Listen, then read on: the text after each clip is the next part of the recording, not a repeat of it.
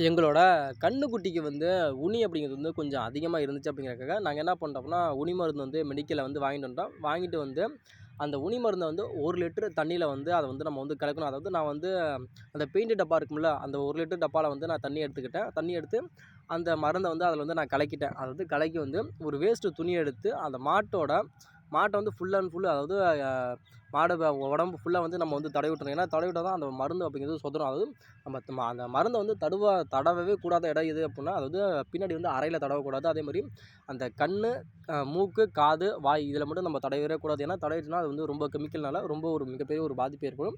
அதை தடவிட்டோன்னா உடனே என்ன பண்ணால் கொஞ்சம் மேலே அந்த கட்டிட்டோம். ஏன் அப்படின்னா கட்டிட்டோம் அப்படின்னா, அதை கட்டிட்டோம் அப்படின்னா அது வந்து நக்காமல் இருக்கணும். ஏன்னா திடீர்னு நக்கிருச்சு அப்படின்னா அது வந்து ஒரு சைடு எஃபெக்டாக இருக்கனால நாங்கள் வந்து மேலே கட்டிட்டோம். கட்டினதுக்கப்புறம் ஆற்றுல கொண்டுட்டு போய் நாங்கள் வந்து அந்த கன்னுக்குட்டியை வந்து குளிப்பாட்டிட்டு வந்து வீட்டில் வந்து விட்டுட்டோம். அதுக்கப்புறம் இருந்துச்சு. அதனால் இந்த ஒரு மெத்தடை வந்து நீங்கள் ஃபாலோ பண்ணுறது ரொம்ப ரொம்ப நல்லது.